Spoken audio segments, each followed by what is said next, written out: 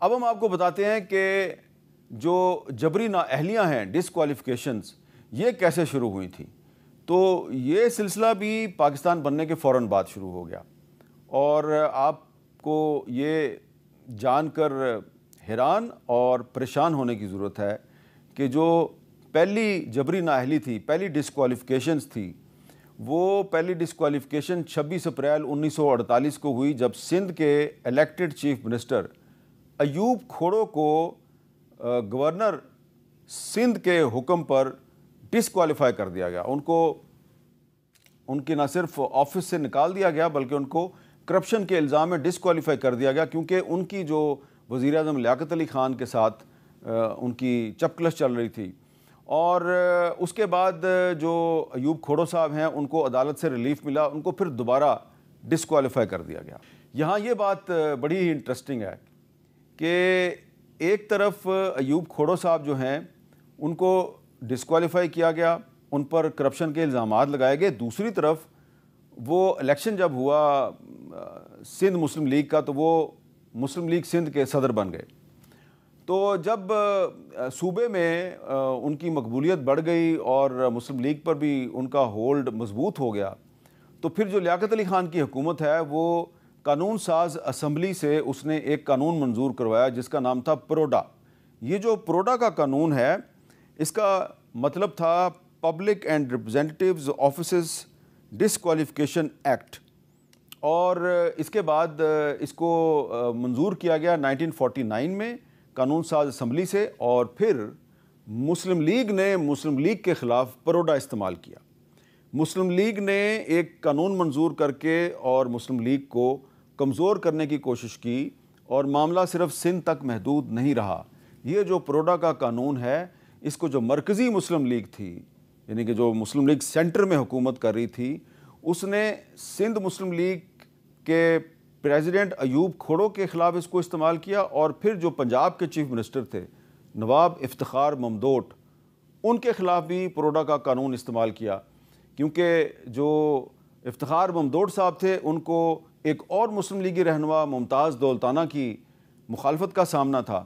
اور پھر جو لیاقت علی خان صاحب ہیں انہوں نے ممتاز دولتانہ صاحب کو سپورٹ کرنی شروع کی، اور افتخار ممدوٹ صاحب کی حکومت کو برطرف کر دیا گیا.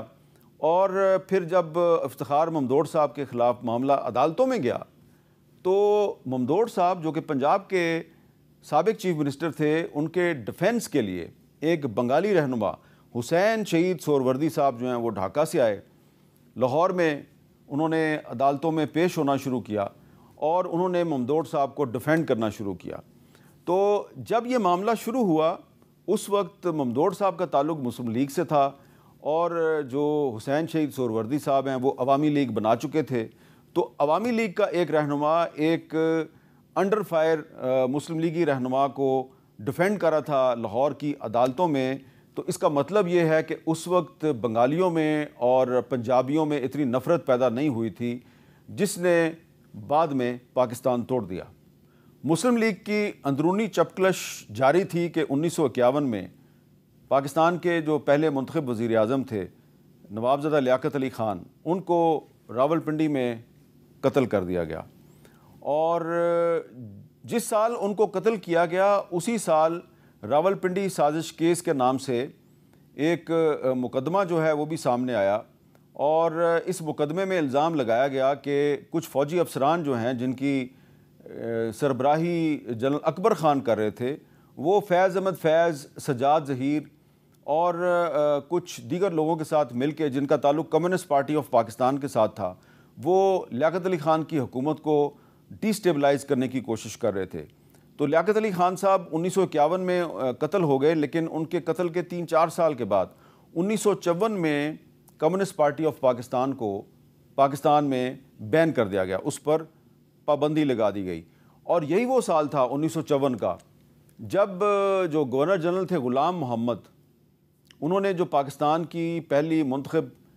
قانون ساز اسمبلی تھی اس کو بھی ڈیزالو کر دیا. اور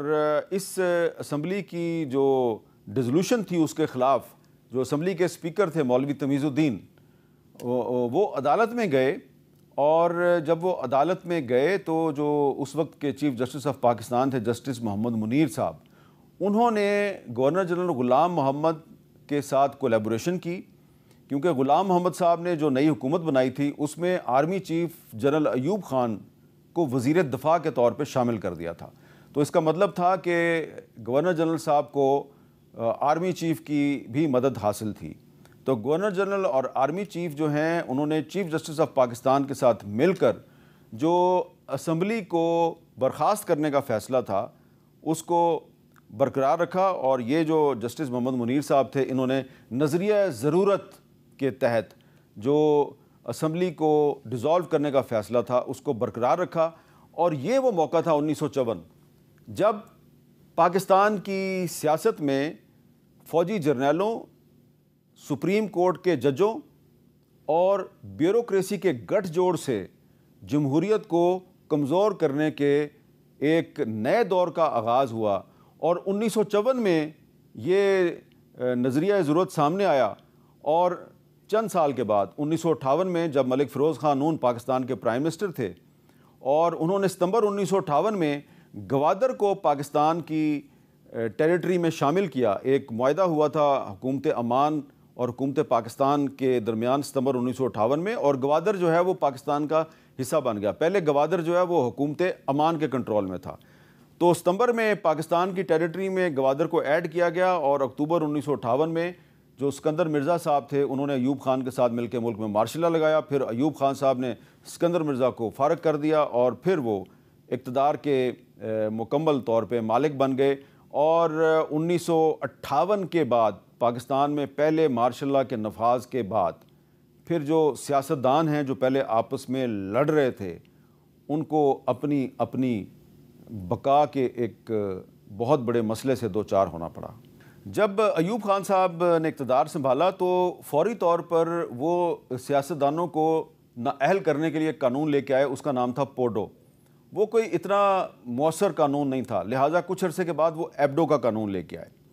اور ایبڈو کے قانون کے تحت انہوں نے سیاستدانوں کو یہ پیشکش کی کہ اگر آپ رضاکارانہ طور پہ سیاست سے دستبردار ہو جائیں تو ہم آپ کو گرفتار نہیں کریں گے، لیکن اگر آپ رضاکارانہ طور پہ سیاست سے دستبردار نہیں ہوں گے تو پھر آپ کے خلاف مقدمات چلیں گے۔ یہ آپ نے دیکھا ہوگا کہ جب پچھلے سال 2023 میں آپ دیکھتے تھے کہ بہت سے سیاستدان جو ہیں وہ سیاست سے علیحدگی کا اعلان کر دیتے تھے یا تحریک انصاف سے علیحدگی کا اعلان کر دیتے تھے، بہت سی پریس کانفرنسیں آپ نے دیکھی۔ تو یہ کوئی پہلی دفعہ نہیں ہو رہا تھا پاکستان میں، یہ ایوب خان کے دور میں یہ کام شروع ہوا تھا۔ تو ایوب خان صاحب کے دور میں جن سیاستدانوں نے رضاکارانہ طور پہ سیاست سے دستبردار ہونے سے انکار کیا ان میں حسین شیخ سہروردی صاحب، شیخ مجیب الرحمان، نواب اکبر بگٹی اور بہت سے دیگر لوگ شامل تھے جنہوں نے دستبردار ہونے سے انکار کر دیا، تو ان پر مقدمات قائم ہوئے اور انہوں نے مقدمات کا سامنا کیا، لیکن ایک بڑی تعداد میں سیاستدان تھے وہ دستبردار ہو گئے۔ تو ایوب خان کے دور میں جو سیاستدان سیاست سے دستبردار ہوئے ان میں قاضی محمد عیسیٰ صاحب بھی شامل تھے جو آج کے چیف جسٹس قاضی فائز عیسیٰ کے والد تھے، اور اس کے علاوہ ملک فیروز خان نون صاحب جو ہیں ان کو بھی ڈسکوالیفائی کیا گیا، ممتاز دولتانہ، افتخار ممدوٹ، یہ سارے سیاستدان ڈسکوالیفائی کیے گئے، اکبر بگٹی صاحب کو بھی ڈسکوالیفائی کیا گیا۔ تو یہ تمام جو صورتحال ہے یہ 1962 تک جاری رہی، اور پھر 1962-63 میں جب پاکستان میں صدارتی نظام نافذ کر دیا گیا تو یہ وہ زمانہ تھا جب جماعت اسلامی کے رہنما مولانا ابوالعلا مودودی صاحب جو ہیں ان کو ایک مقدمے میں سزا دی گئی اور جماعت اسلامی پر بھی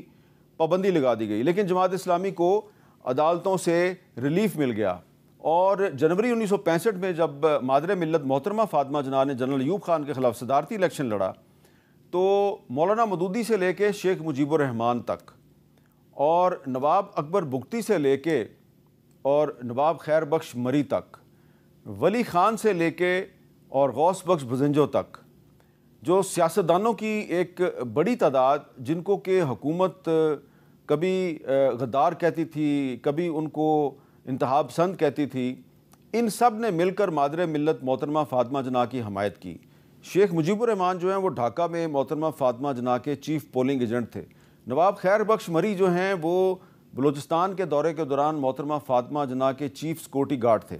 لیکن جنرل ایوب خان صاحب جو ہیں انہوں نے دھاندلی کے ذریعے محترمہ فاطمہ جناح کو شکست دی۔ ایوب خان جیت گئے، پاکستان ہار گیا۔ 1970 میں پاکستان کے پہلے عام انتخابات منعقد ہوئے۔ اب یہ ذرا بہت غور کرنے کی بات ہے، پاکستان 1947 میں قائم ہوا ہے، اور پاکستان قائم ہونے کے تقریباً 23-24 سال کے بعد 1970 میں پاکستان کے پہلے عام انتخابات منعقد ہوتے ہیں، اور ان عام انتخابات میں جو شیخ مجیب الرحمان کی عوامی لیگ ہے اس کو کامیابی ملتی ہے، اور جب شیخ مجیب الرحمان کی عوامی لیگ کو کامیابی مل جاتی ہے تو اس کو پاور ٹرانسفر کرنے سے انکار کر دیا جاتا ہے۔ جب شیخ مجیب الرحمان جو ہیں وہ اس کے خلاف احتجاج کرتے ہیں تو 26 فروری 1971 کو عوامی لیگ پر پابندی لگا دی جاتی ہے، اور اس کے بعد عوامی لیگ کے خلاف ایک فوجی آپریشن شروع کر دیا جاتا ہے۔ اور فوجی آپریشن جب شروع ہوتا ہے تو اس صورتحال کے نتیجے میں سول وار شروع ہو جاتی ہے، خانہ جنگی شروع ہوتی ہے، جس کا فائدہ اٹھا کے بھارت پاکستان پہ حملہ کرتا ہے، اور یوں پاکستان دو لخت ہو جاتا ہے۔ ہم نے 1947 سے لے کے اور 1971 کے جو حالات و واقعات ہیں یہ آپ کو بتائے۔ اس میں آپ دیکھتے ہیں کہ جو سیاستدان ہیں یہ بھی آپس میں لڑتے رہے، اور سیاستدانوں ہی نے ایک آرمی چیف کو وفاقی وزیر دفاع بنایا، کیبنٹ میں شامل کیا، فوج کی سیاست میں مداخلت کا راستہ کھولا، اور پھر فوج جو ہے وہ بار بار سیاست میں مداخلت کرتی رہی۔ اس مداخلت کے نتیجے میں پاکستان ٹوٹ گیا۔